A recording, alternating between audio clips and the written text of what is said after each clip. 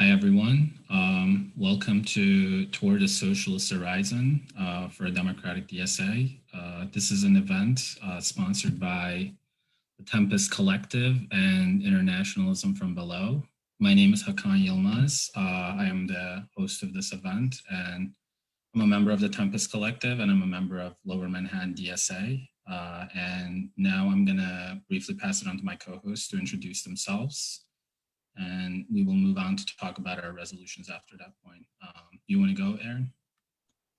Hi, everyone. My name is Erin Cass. I'm a member of the Tempest Collective, and I'm also a member and co-chair of High Peaks DSA up in the Northern Adirondack Mountains in New York State.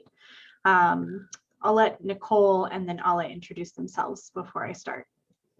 Yeah, hi everyone, I'm Nicole Moeller Gonzalez. I am a member of DSA, also a co-chair of Syracuse DSA, and a member of Internationalism From Below. So yeah, thank you, I'm happy to be here.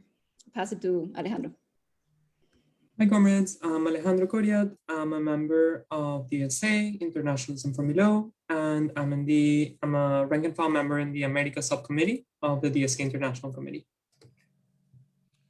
Yeah, so thank you everyone for being here, and I thank all my co-hosts for helping host this event. So the reason why we're holding this event is because the 2021 National Convention of DSA is happening, for those of you who don't know. And we believe that structurally, DSA needs, the democratic reforms to make it both more engaged with movements on the ground, but also internally draw in more buy-in from rank and file members who currently have essentially limited mechanisms for engaging with both the national organization and its various subcommittees and working groups and these other things that are attached to it. But our resolutions also update some of the already existing language and resolutions that were passed in the previous conventions. So we will address both of these questions. So first, we will go through our Tempest collective resolutions, and we will go one resolution at a time, and then we will take questions immediately after one of my co-hosts or myself present a resolution. And then after that, we will take questions. And after we finish the Tempest resolutions, we will let Nicole and Ale present their International Solidarity Platform, which has 3 resolutions. It will go through all of their resolutions and then take questions on their platform after that. Okay, so to start, I'm gonna pass it to Erin, and I'm also going to simultaneously screen share to show the language in the resolution that she is describing. So Erin, if you want to start. Yeah, sure. And thanks again, everybody, for joining us. So the first proposal that we're going to discuss is titled A Socialist Horizon, and it's on the topic of electoral strategy in the DSA. So myself and the other co-authors of this proposal felt that in light of the many shifts in our political environment since the last convention in 2019, it's really important to put forward a proposal that acknowledges and adapts DSA's national electoral strategy to respond in our current moment and moving forward into the next couple of years. From the massive rise of the Black Lives Matter movement after the police murder of George Floyd to the 2020 election of Joe Biden, it's important for socialists to adjust our strategy and assess how we're doing. So this proposal acknowledges the class struggle elections resolution from the 2019 convention as the current guiding perspective on DSA's electoral work. And this resolution emphasized DSA's commitment to building a political organization independent of the Democratic Party and their capitalist donors. And it acknowledged the goal of forming an independent working class party. And in practice, the organization has strayed a bit from some aspects of this resolution that was passed in 2019. There's still much debate around the particulars of how to go about forming an independent party. And indeed, some comrades within DSA now argue that we shouldn't do that at all. So among these disagreements, however, one thing is really clear, and that's that elections will continue to play a really important role in the activity of DSA, and that elections can be a very useful tool in shifting the political environment that we're acting within. So we argue that our electoral strategy should really work towards building working class power and spreading socialist ideas across the United States, and it should distinguish socialist politics from liberal and progressive approaches. This proposal reiterates our commitment to our long-term goal, which is socialism. And we also argue that any candidate who seeks national endorsement needs to be supported by the DSA members that they're seeking to represent or govern. A Socialist Horizon reinforces DSA's commitment to a break from the Democratic Party without binding the organization to any particular form of break. It brings us into greater alignment with the goal of differentiating ourselves from liberal and progressive approaches. And it does this by introducing a new set of minimum criteria adapted from the current candidate questionnaire that candidates must fulfill to be nationally endorsed. And so those should be up on the screen now. I just want to note that this wouldn't apply to locals. It's for national endorsements only. Also, this proposal does not touch on another important subject of running our own candidates. Rather, it focuses on the endorsement process. So the criteria that we've proposed are as follows.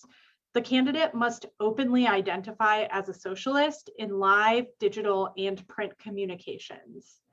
The candidate must commit to using their campaign and potential office to promote working class politics outside of capitalist parties. The candidate must see mobilizing and fighting alongside working people as a primary responsibility and popularize a class struggle perspective.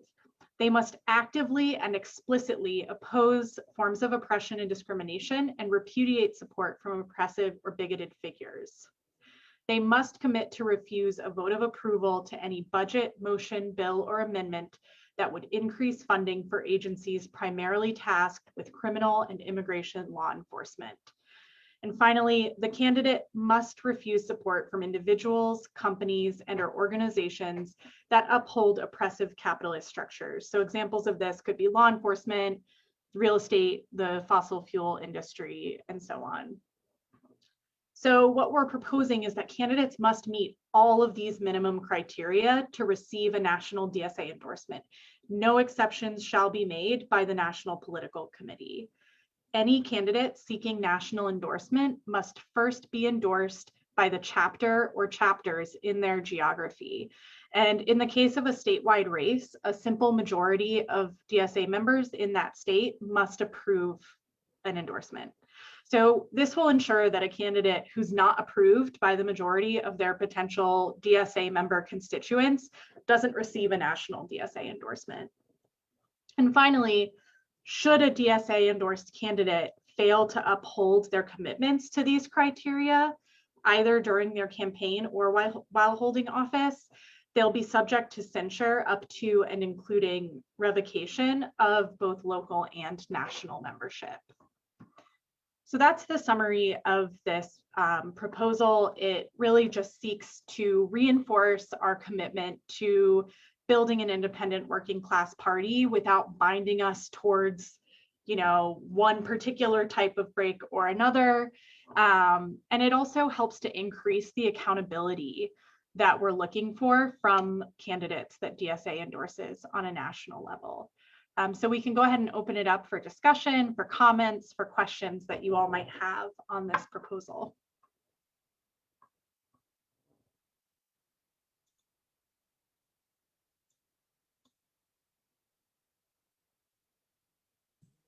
Yeah, so we have one question so far. Is this just a dirty break resolution? And does this mean that chapters won't be able to endorse somebody if they want to? So how does this resolution deal with those questions? Yeah, I don't think that first I want to say that it won't affect your local chapter's ability to endorse anyone. So this applies to national endorsements and to our national organization putting resources towards candidates that have been endorsed by DSA nationally. So at the chapter level, your chapter will still be able to endorse people that you want to, even if they don't, meet these criteria. And I would say that it's not just a dirty break resolution. It doesn't really commit us to a dirty break or a clean break. It's a commitment to breaking from the Democratic Party without putting forward some really specific and binding plan for that we have to stick to, and then a year down the road we realize that it's not possible. So what we tried to do with this resolution was to be really realistic about what's possible in DSA and the best path forward so that we can continue to have conversations about how we break from the Democratic Party. That's not an easy one-shot answer, but this allows us to progress while we still continue to have those kinds of conversations. Thank you. Another question is, will former DSA endorsed candidates, for example, the squad, be held to the criteria of Socialist Horizon as well? Yeah, I think that's a really, really great question. And it's not one that is something we clarified in the language of the resolution. And I think that really is up for debate and conversation. I mean, these are people who are already in office as elected politicians, so it wouldn't really apply to them receiving an endorsement. But I certainly think it warrants conversation if a politician that was endorsed by DSA violates one of these criteria. I mean, they're things that I think we should really hold our elected officials to. So, if a politician that people across the country see as a representative of DSA politics and the socialist perspective takes money from the fossil fuel industry, I think that warrants a pretty urgent conversation on behalf of DSA members. So another question is, some groups put out resolutions that essentially more clearly sort of outline steps for how to break with the Democratic Party. What is the logic of leaving that question open? Yeah, I think that's a really great question, and it's one that came up during the drafting of this resolution. And for us, we were seeking to sort of fill a different role with this proposal. What we really wanted to do was put something out there that could pass and make change right away without binding the organization to a particular thing that might be unattainable. And it doesn't mean that individual members, either of DSA and or Tempest who are in DSA, won't also support other more specific resolutions. I know there are several out there, but this one was intended to be more general as a way for us to hold nationally endorsed candidates accountable to the organization.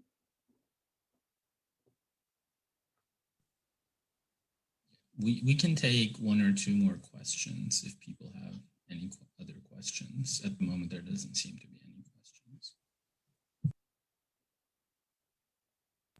All right. How are elections connected to the goal of socialism? What makes this a socialist horizon? That's a really great question.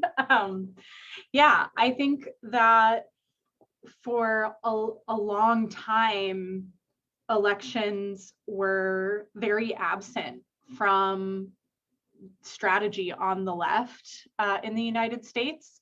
And I think that we've realized, at least this is me speaking for me personally and on behalf of the co-authors of this resolution, that elections can be a really useful tool to win more people over to our cause and to the long-term goal of socialism.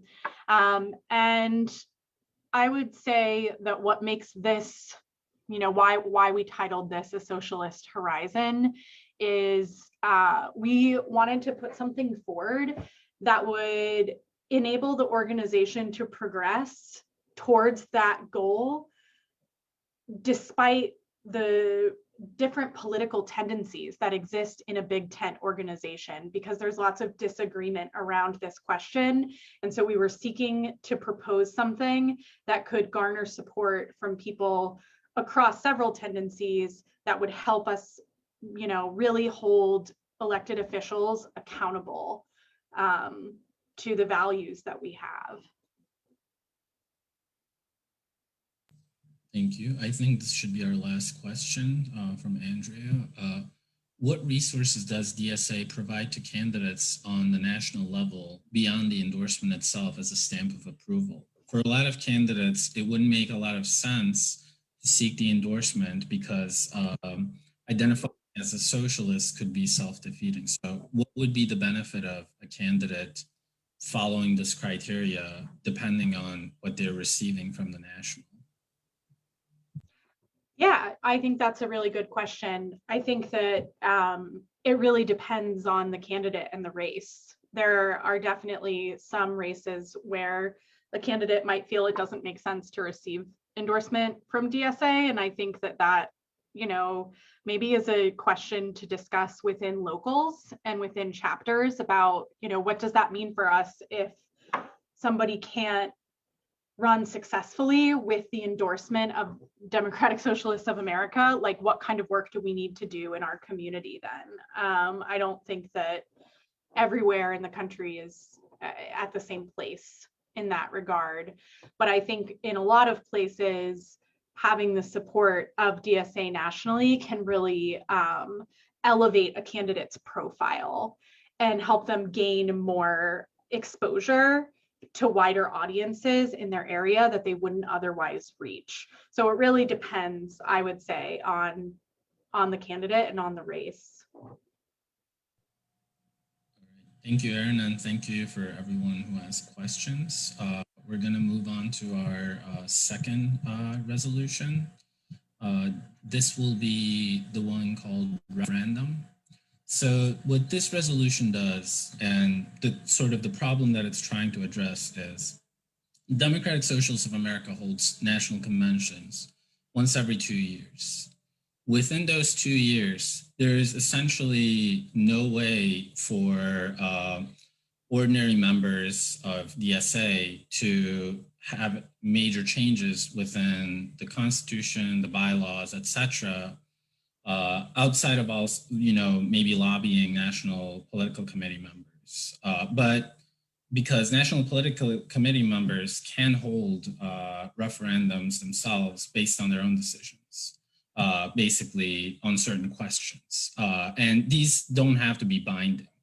What this resolution addresses is it introduces basically membership democracy to the national organization during the time between the two conventions. And how does it do this? So first, what it enables is it allows for the Constitution to be amended by 2/3 referendum vote if a quorum of 15% of members participate. So what that means is the DSA Constitution would be able to be amended by members basically petitioning for referendum. So how would the referendum work in practice? The referendum could be called by the MPC itself, the National Political Committee, which is the highest body of national leadership within DSA. It can be called by members by a petition from 1% of members, not to exceed 1,000 members. Locals may call a referendum by petition of other locals representing 10% of the total number of recognized chapters. Signatures for petition may be gathered in person or electronically. Calls to referendum shall be in the form of a question put to members along with options responding to the question, among which members may vote. One of these options should represent no action by DSA. And this resolution also mandates the referendum be held. It should be announced to members within 15 days of receipt. And it should, the National Political Committee should declare a referendum schedule Voting in the referendum should begin no sooner than 45 days and no later than 90 days after the referendum itself. All members in good standing on the date a call to a referendum is announced should be eligible to vote. Voting should be open for 14 days, and every member should be notified when voting opens and 48 hours before voting closes. Members without electronic contact information on file should be informed by postal mail, etc. And for a referendum that's not on a constitutional amendment, a quorum of 10% of eligible voters must vote or respond with an abstention for a referendum to be valid. The NPC should encourage online deliberation and deliberation within locals on each referendum, facilitating a fair and open discussion on the question. National DSA resources, including but not limited to staff, finances, and member lists, except discussion forums open to members, shall not be used to argue for any opinion in the referendum. So the National Political Committee, the national staff, and or sort of the national organization should remain objective on the question in the way that they facilitate the referendum. An optional survey asking for demographic information, zip code, national working group membership, whether the member is an elected leader of any kind, and date of last participation in DSA meeting or activity shall be included with each referendum vote. After the vote is complete, ballot and survey data shall be made available to members for research purposes. And so same thing applies for both Constitution and bylaws, that the quorum would have to be 15% versus for a question, it would have to be 10% for the referendum to be valid and 10% including abstention votes. So I think we can go on to questions. I'm guessing this is a little bit of a complicated resolution, but what it does in effect is basically opens the way for ordinary members to petition the national organization either on a certain question or an amendment to the Constitution or the bylaws. Isn't 15% too low of a bar to initiate a referendum? Aren't we going to have constant referendums from members all the time? Isn't this going to distract us from actual organizing we need to focus on at a national organization? So this is a really good question. So the bar to initiate a referendum is not 15%. It is 1% of the general membership to be less than 1,000 votes. And at this moment, it is less than 1,000 votes. But the reality of this is there are basically a few major chapters in DSA that have larger than 1% of the membership. Those are New York, Chicago, some chapters in California, etc. Outside of this, most chapters are represent less than 1% of the membership body. So if you're in a smaller chapter, you essentially have very little mechanism, because in the convention, you get a small number of delegates. And after the convention, you essentially have little representation in the national body because your delegates may or may not be elected to the National Political Committee. So you would have to individually lobby NPC members, etc. But this way, at 1% threshold, these chapters would have mechanism to have a bigger say in the national organization. And at the same time, 900 votes in the larger chapters, these larger chapters are usually more represented both in the convention and the National Political Committee. So for them, the referendum wouldn't be the first option because they already have bigger representation in the organization, but referendum would be an option for members who are less likely to be represented by the convention. And it would be an open way for members at large to basically pose urgent questions like the George Floyd uprising and things like that to the general membership through the referendum.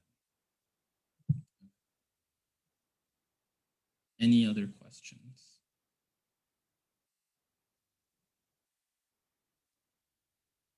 Looks like one more came in. I can read it to you, Hakan. It's what are examples of things that could be referenda?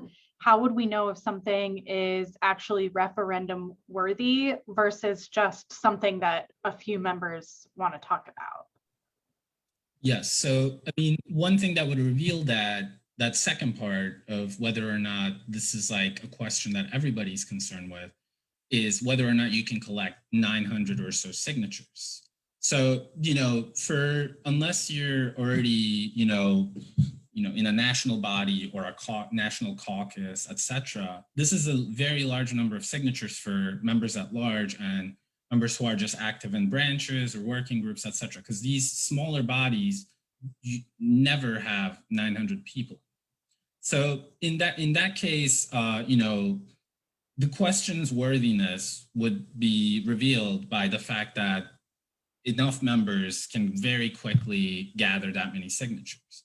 So in the case of, for example, something like the George Floyd uprising, this might have been possible because so many members wanted to engage with that, and they might have been able to frame a question in that way and hold a referendum. So what are the examples of things that could be referendums? So constitutional amendments, changing the structure of the organization, so things like, for example, one example could be maybe expanding the size of the National Political Committee or changing convention rules, and things like that could be referendum questions that could be sort of that. This referendum resolution would create a mechanism for general members to have a say outside of the convention on those questions. So these are some examples. The one thing that the referendum wouldn't be able to do is change things within locals, because if you're holding a national referendum, that wouldn't necessarily mean that you have mandate in the local branch. So there could be a scenario where, you don't have that much support for a referendum from your own local chapter, but other chapters support it, and there's a national referendum held. Depending on the question, national may or may not be able to mandate the local to act in a certain way. So that's like one important point, is that the referendum is particularly focused on the national organization and would not so much affect the locals. Great. It looks we have one more, Hakan. Do you have time for one more? Yeah, we can do one more. Great. So this one is, if I wanted to bring something to the national organization, how would that process work within the existing rules? And why isn't that sufficient, in your opinion? So within the existing rules, there are various ways you can bring up a question to the national organization. You could lobby a national political committee member during a non-convention year and then sort of try to get them to pose this question to the NPC in general. Or you can you can sort of wait until the national convention put out a resolution and lobby for that resolution among the delegates, and then basically hope that resolution passes, and then hope that the national political committee enacts it, et cetera, et cetera. So right now that's like basically a major very huge task for someone who might have just gotten involved with DSA through a movement, through something that happens locally, etc. So so that's the reason why we think like this resolution is necessary, because this opens the way for general members, depending on what local they are, if they believe that a question is really important and urgent, they would be able to talk to other DSA members, people in their locals, and gather these signatures and then pose this question to the general membership through petitioning for this referendum to be held. So this is why it's important, because now there would be a variety of mechanisms through which regular members have a say in the national organization.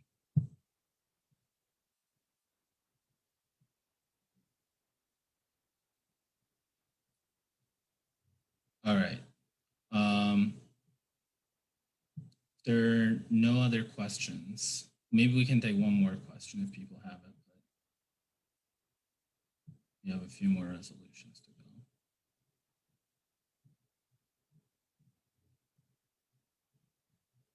All right, so maybe we should move on if there are no other questions. Okay, Erin, do you want to present our next resolution? Sure. So the final Tempest resolution proposal is one that really seeks to increase accountability and transparency within our organization.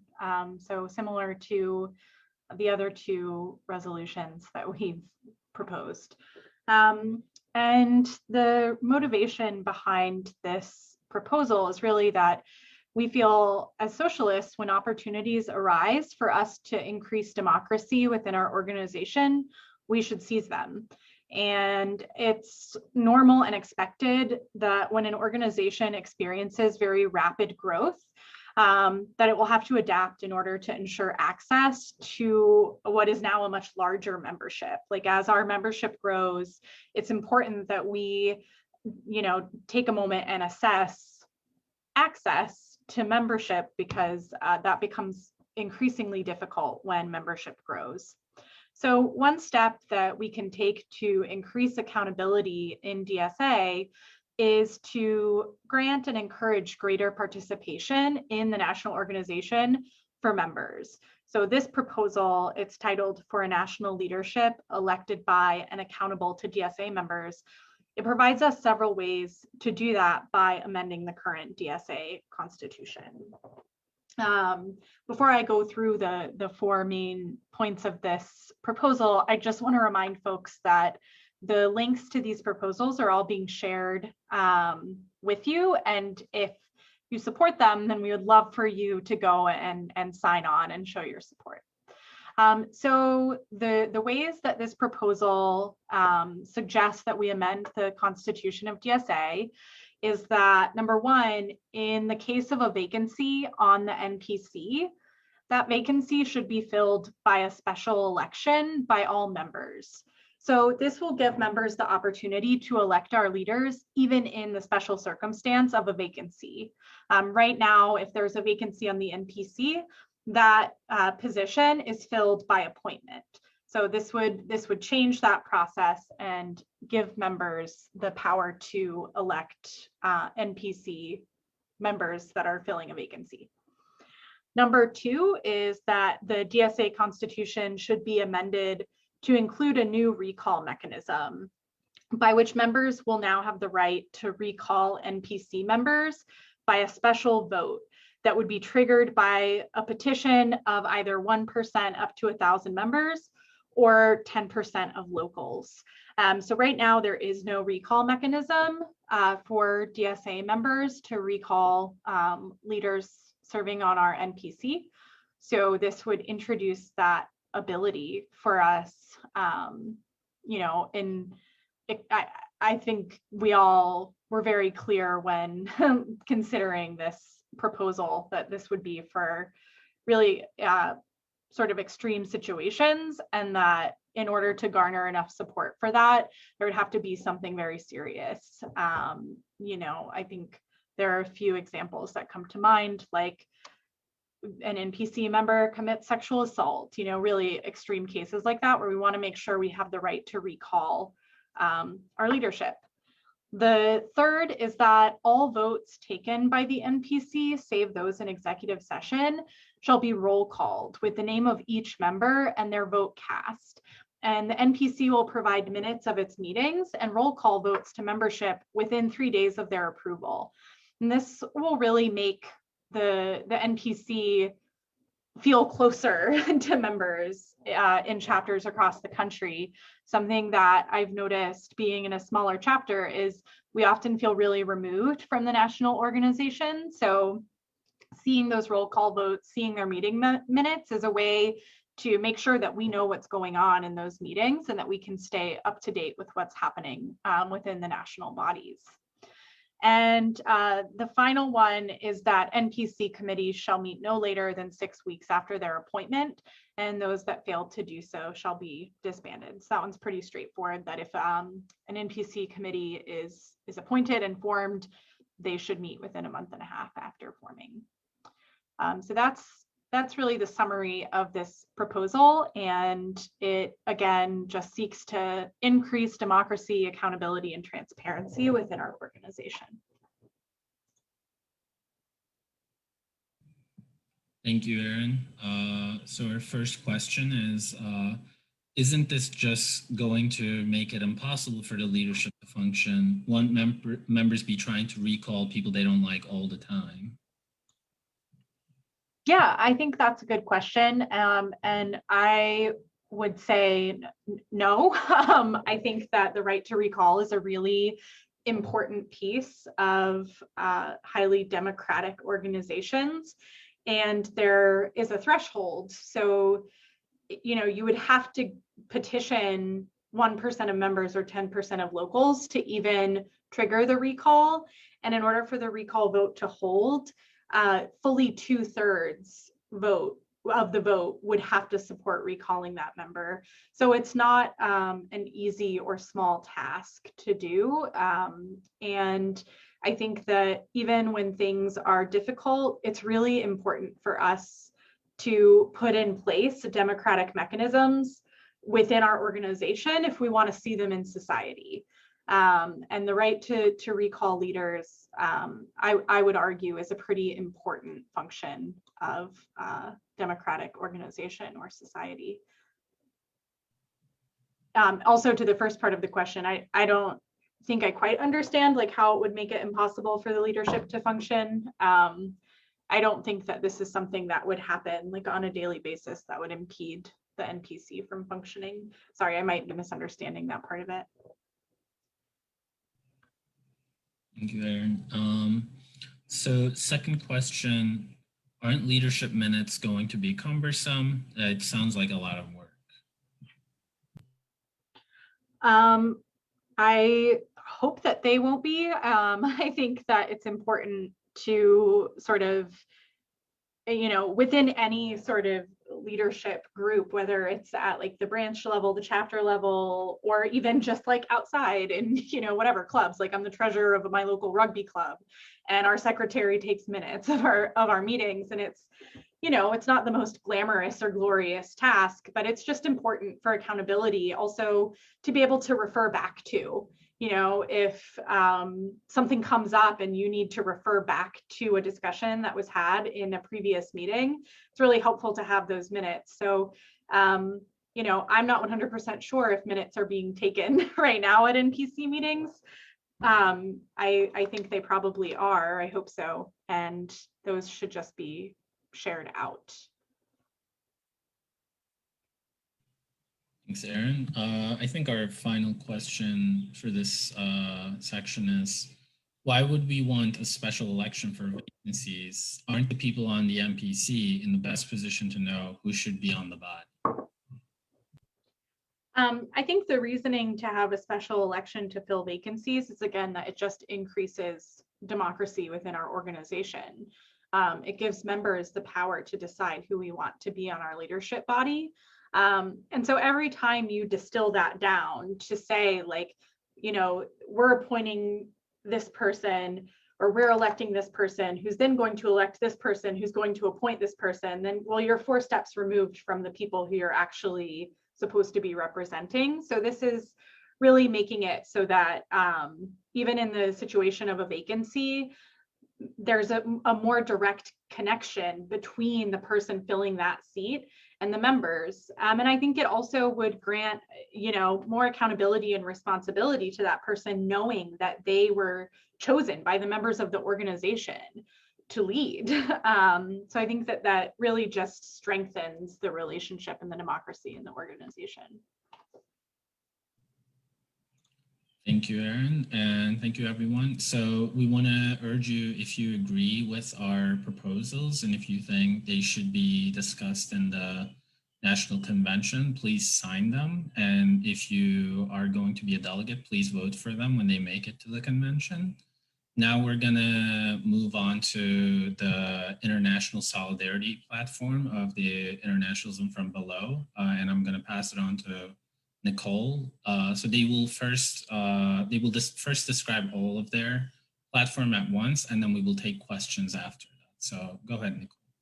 Yeah, hi everybody. Thanks again for inviting us. I think to start, because several people, I guess, don't really know how the International Committee works right now. So I'm going to give a short overview on how it works, and then I'm going to go into the points that we want to change. So first, the International Committee is composed of 3 bodies. It is the subcommittees, the Secretariat, and the Steering Committee. all of the leadership of each of these bodies is appointed by the MPC. So in the subcommittees, for example, they are divided by region. So if, for example, there is America subcommittee, there is an Asia subcommittee and so forth, also labor and eco-socialism. And the co-chairs for those subcommittees are appointed by the NPC, right? Members of subcommittees, which are more rank and file, those have to go through a process of selection and voting if they want to be part of a subcommittee. And subcommittees, for example, are in charge of doing political education events, maybe also statements. The steering committee is in charge of overviewing the view of the subcommittees. It has a veto power on events from the subcommittees or statements coming from the subcommittees. The secretariat is a little bit more apart. It does statements for the NPC, and it is in charge of diplomatic relationships, basically. So what we want to propose is two changes. One is in the subcommittees. What we want to do is that all the co-chairs get elected by the members of the subcommittee, so not appointed anymore by the NPC. That way we think it democratizes it more, it represents more the voices of the members, and it can also foster like the development of, you know, organically leadership from within the members that come into, you know, as co-chairs. This process of opening it up and being elections does not mean that the bodies are not accountable to the MPC anymore. For example, the secretariat is not touched. It would still be appointed by the MPC. Yeah, and I'm going to talk about the other ones, but just if that's a worry, we know that obviously because it is international politics, we want to be careful not to, you know, have, for example, statements that are completely off, you know, what we represent. And in that case, that's also part of the change that we want to do in the subcommittee. So the other thing is the co-chair shouldn't be in that position for more than 2 consecutive years. That's obviously a way so it can rotate between people, right? It's not always the same. And we also would like to grow it. So it's not only 2 co-chairs, but like a minimum of 3, and it can be more. That means less burden for the co-chairs. The subcommittees can be up to 100 members. So 2 people in charge of that is quite a lot.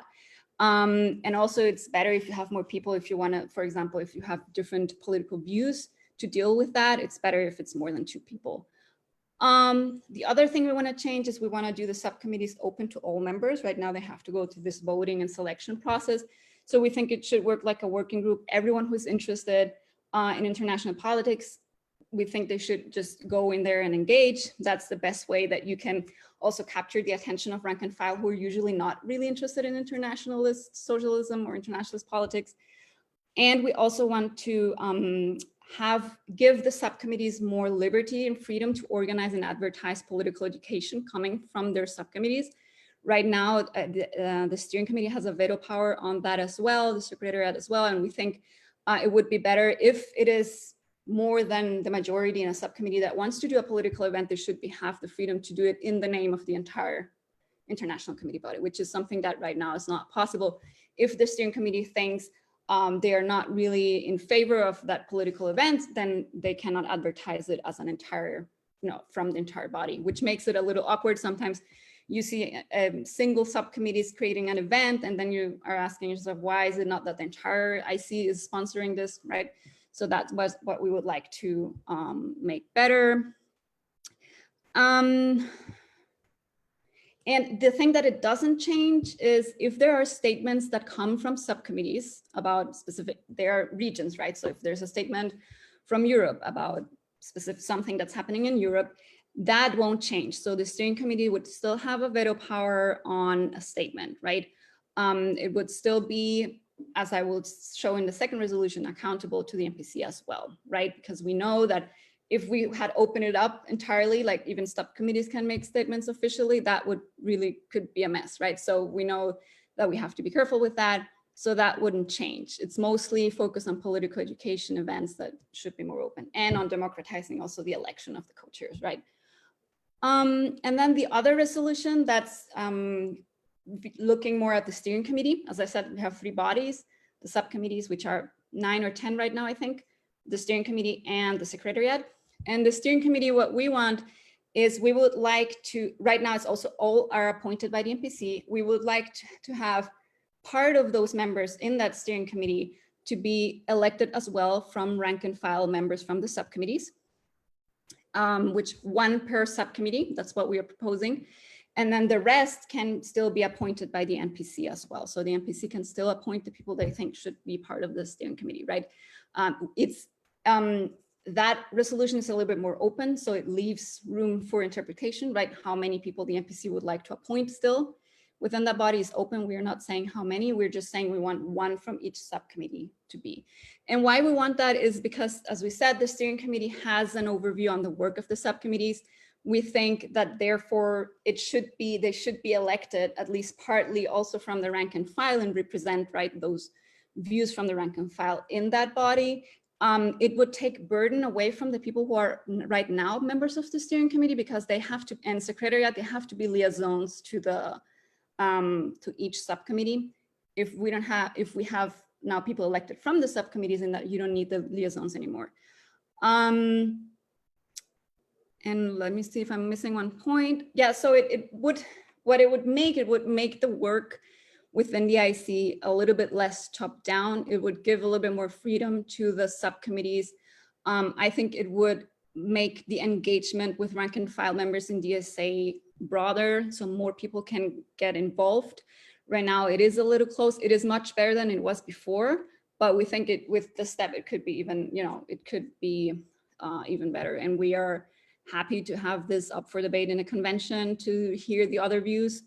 And maybe the last thing that I can say is that within those three bodies, the secretariat would be the body that we are not doing any resolution that, right? So they are still would be appointed by the NPC. They are in charge of writing official statements in the name for the NPC, right?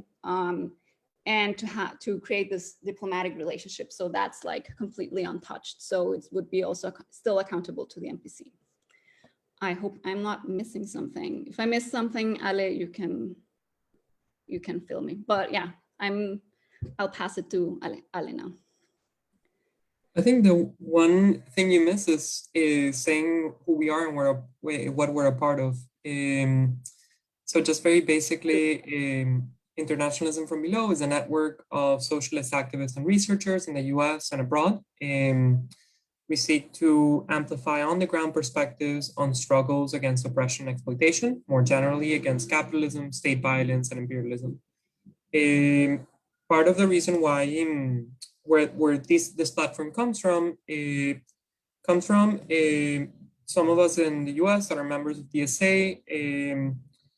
We wanted to participate in an ongoing discussion on what principles, what guidelines, what methods or structures DSA should set up currently sets up at both the national and then local levels in relating to struggles, to conjunctures outside the US. So I'm going to go a bit through our resolution on internationalist principles, solidarity, and political education. Before anything, it's important to say that, especially with such a large, internally diverse, and organizationally complex organization such as DSA, resolutions go a long road from being proposed to being adopted, going through discussions, interpretations, amendments, and changes on the way. And the whole point is we wanted to offer language that could set ground for a discussion on clarifying and reaffirming democratic socialist principles on international politics. A resolution starts from or is grounded on an understanding of imperialism as a system of rivalries and competition, but not as a specific set of actors.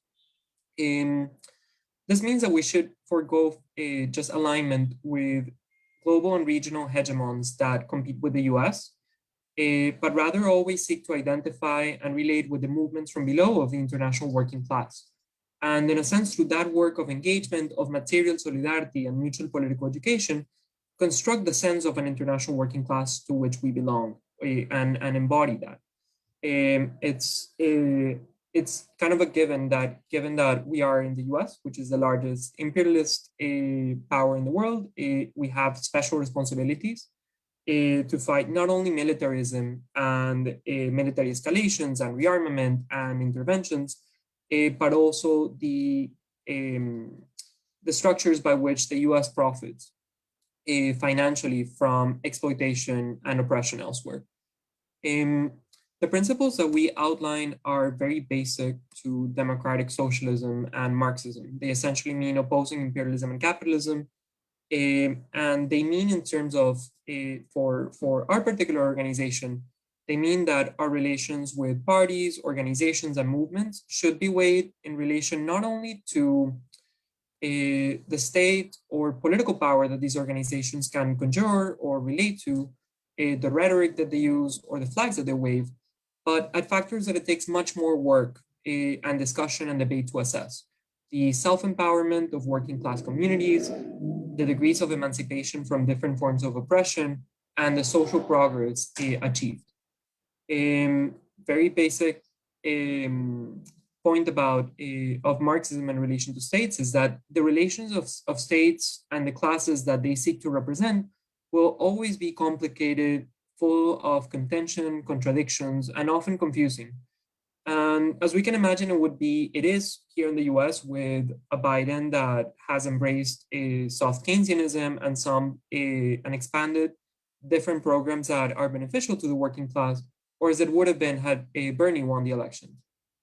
A resolution proposes very basic guidelines for approaching states and our relations to parties in power.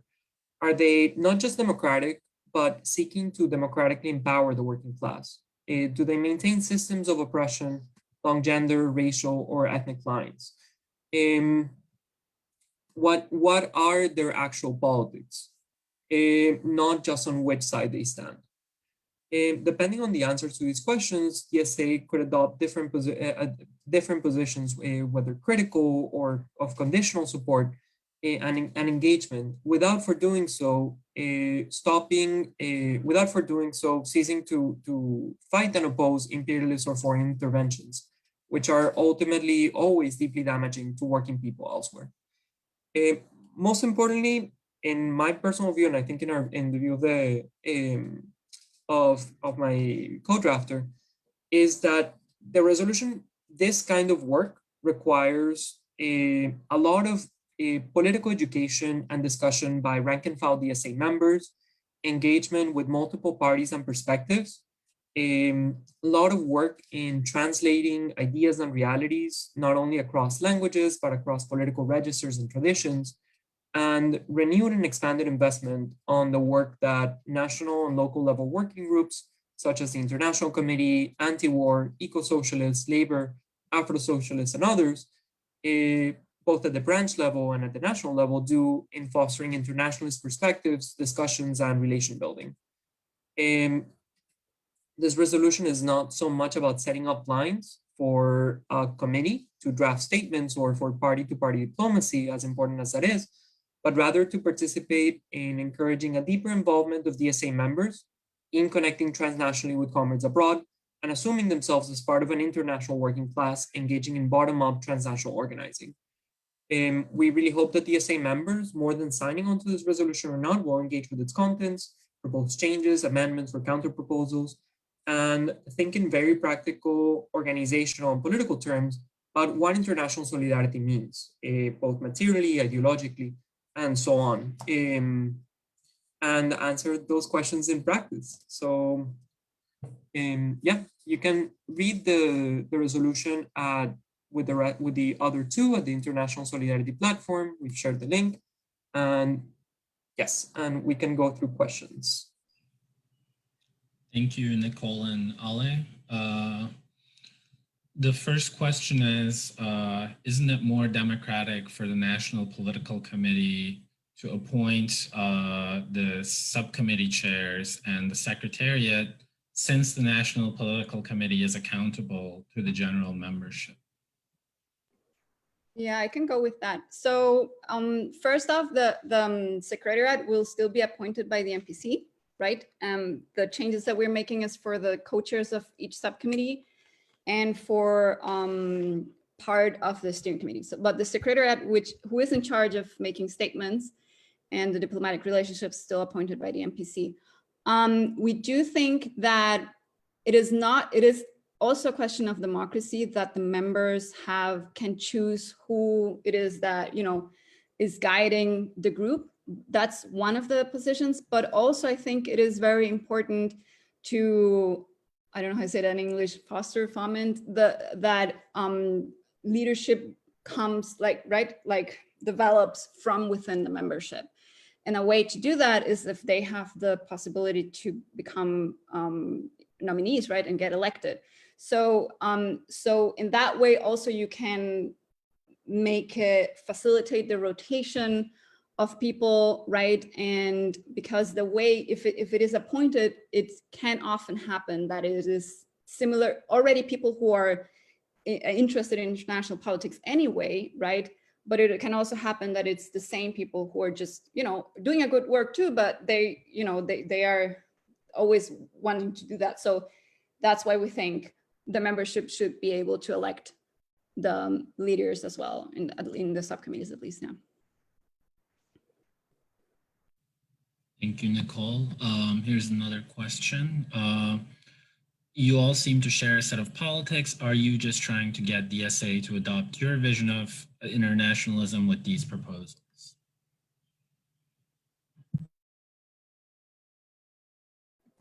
Ale or me? Oh. I can try. I mean,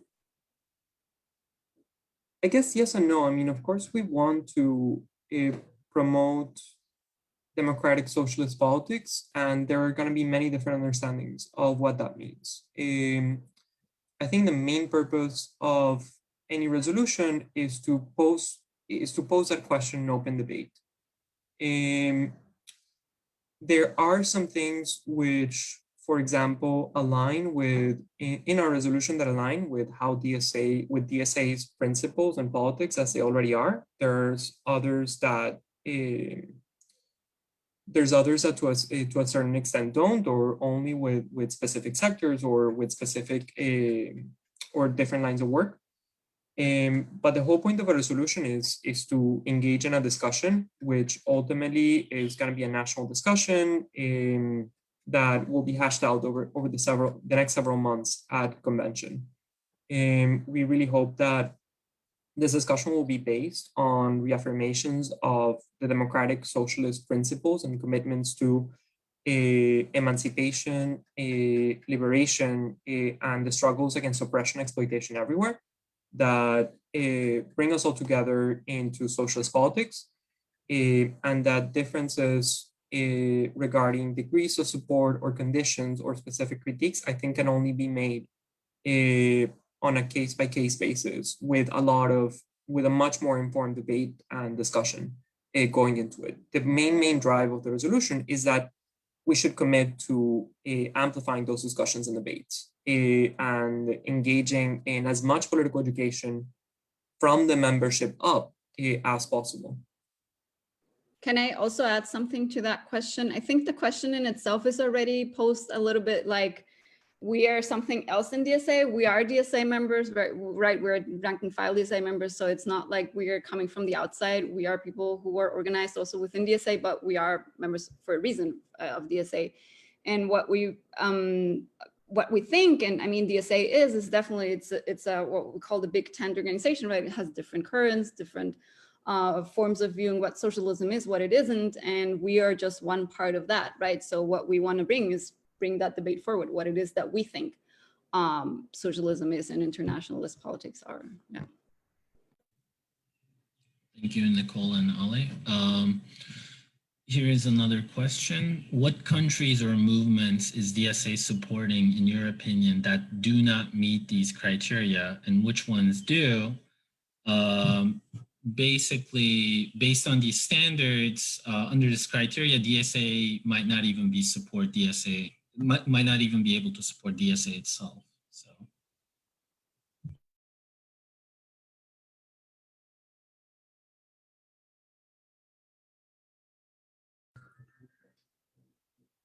On the second part of the question, again, like the same understanding that we have of countries abroad, I think applies to DSA. The movements, particularly mass movements, and especially as they approach relationships of power, I mean, are always going to be contradictory, complex. there's going to be conflict, and in any such conflict, one has to think for oneself based on what one is seeing. The main point is a reaffirmation that we think is pretty basic, that we should be standing always with the oppressed in any given situation, in different relations and scales of power. In terms of specific countries, the one thing that the resolution does address is rising inter-imperial rivalry, particularly between the US and other imperialist countries such as Russia and China.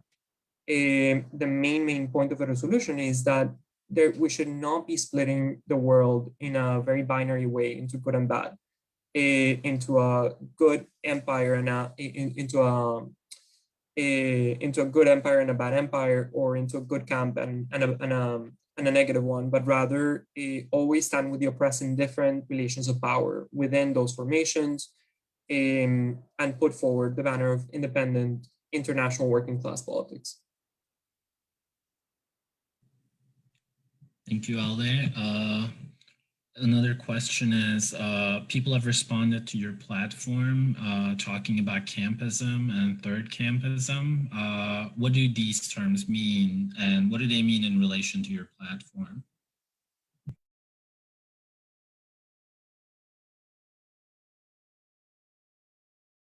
Maybe I mean, for me, the terms are a little bit new because I'm not from the US, so we have other words, the other languages that I speak for.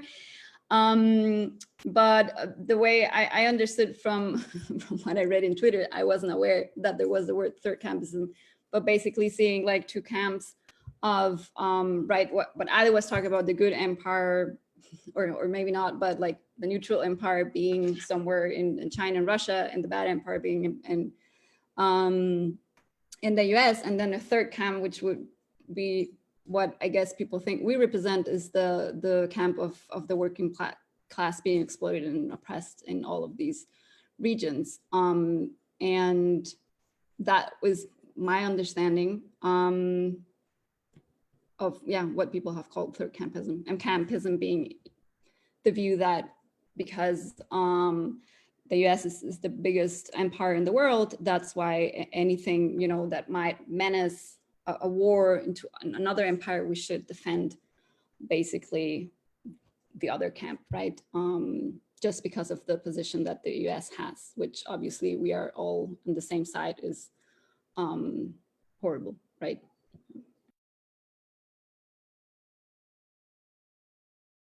I don't know if Ali has something to add. I mean, since you probably have heard the words more than I do, living here longer.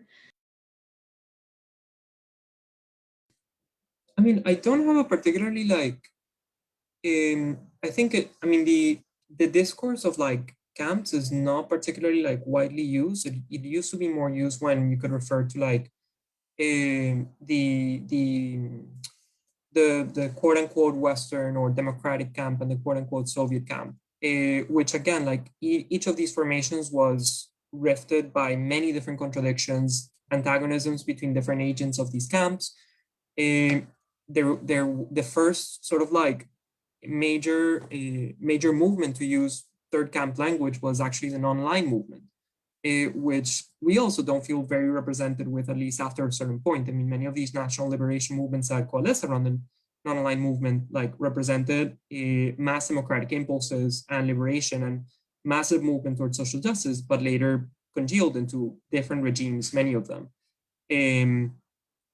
So I don't know if it's necessarily the best language. What we can see is that the relationships between China, the US, Russia, and different regional hegemons, regional sort of like regional level imperialist powers that exploit neighboring nations, etc., such as we could say maybe Turkey, Australia, Canada to a certain extent with mining in South America, at the European Union and so on. What we see is rather a commitment to a global system of capitalism, which requires competition between all these different agents, but also a certain degree of understanding. Whenever there is conflict, it's not our point to try to, I don't think we should be trying to tilt the balance on one side or the other. but rather combating imperialism wherever we can, whether it's from our position here in the US, but always with as much alignment as possible with workers abroad. Thank you, Ale. I guess this can be our final question. What can be done to better bring the work of the International Committee more into the lives of DSA chapters? Well, I think definitely one of the proposals that we're doing, that it is opening the subcommittees, basically like a working group in which anyone who is interested can join and doesn't have to go through a process of voting and election and selection, all of that. That makes it more appealing to people who have, never ever thought about internationalist politics. I think that's a good way for the first step. I don't think our resolutions are like the final, it's not the final thing. Obviously, hopefully the IC and the other organization structure within DSA, develops organically on what is needed at that specific moment. I would think, because they do, the subcommittees are in charge also of, not only, but they are also in charge of political education events, having more connection with steering committees around the country from chapters, for example, maybe inviting them to join, a discussion or an event, or proposing to make this event together with a chapter or something like that would be another way of, getting more rank and file folks involved.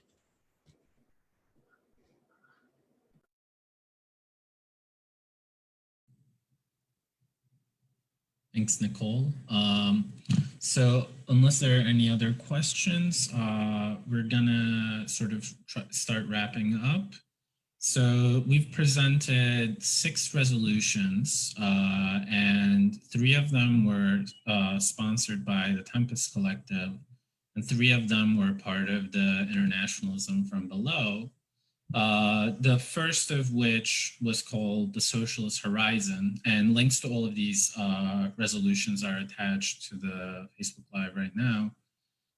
So the first one was called the Socialist Horizon.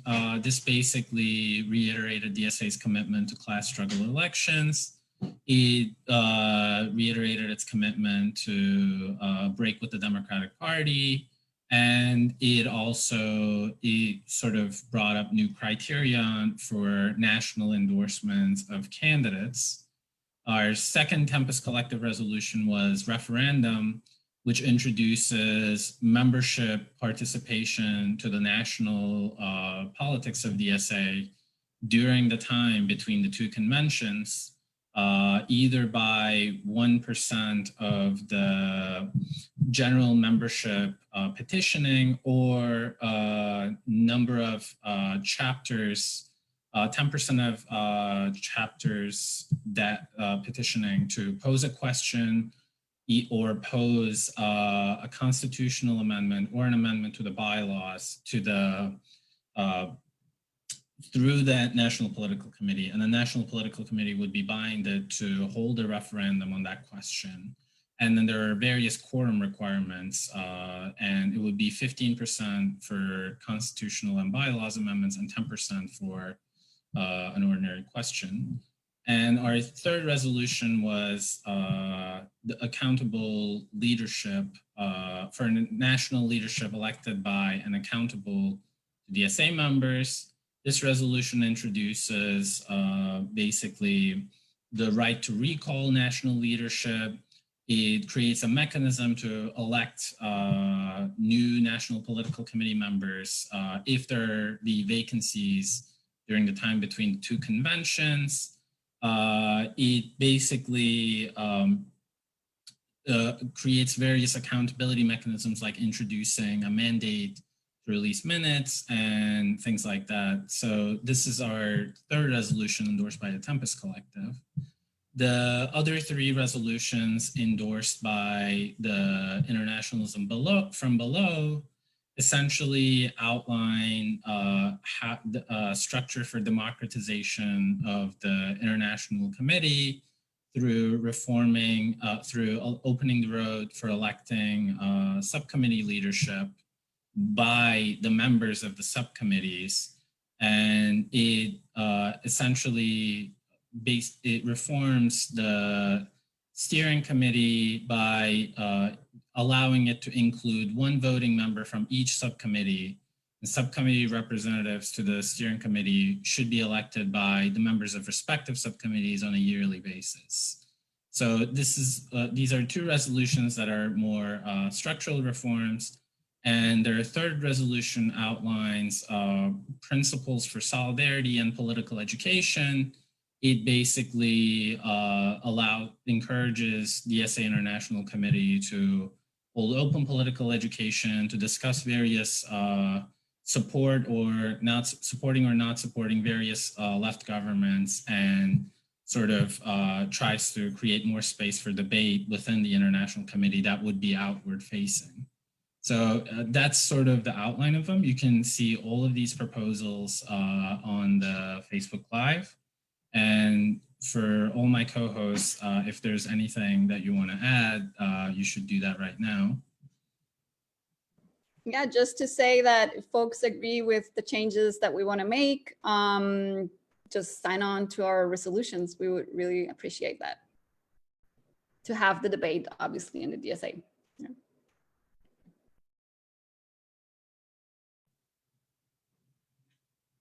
Erin or Ale, do you guys have something to say? Yeah, I'll just say thank you to everybody for attending. Please sign on to our proposals if you think they warrant more discussion. If you're interested in having a larger debate around them, I would encourage you to still consider signing on, even if you don't agree, just so that we can continue having the discussion. And thank you all so much for coming. No, thank you so much for hosting us, and to everyone who was listening and asking questions. Feel free to get in touch with us either through our Medium, where we posted the resolution, or by writing to us on social media to Internationalism From Below. And if you want to do work around these principles, we're always happy to welcome new people into it. So feel free to stay in touch with us. And we hope to continue this discussion through the convention. Thank you, everyone. DSA convention will be held this summer. The deadline to sign resolutions is April 15, as extended by the convention committee. So even if you haven't gotten the chance to watch all of this or read all of the resolutions, you still have about a week to do so and sign them. And yeah, you can also reach Tempest Collective on social media as well, and our website, tempestmag.org. And thank you all for coming once again, and thank you to all my co-hosts for being here. Everyone have a good night.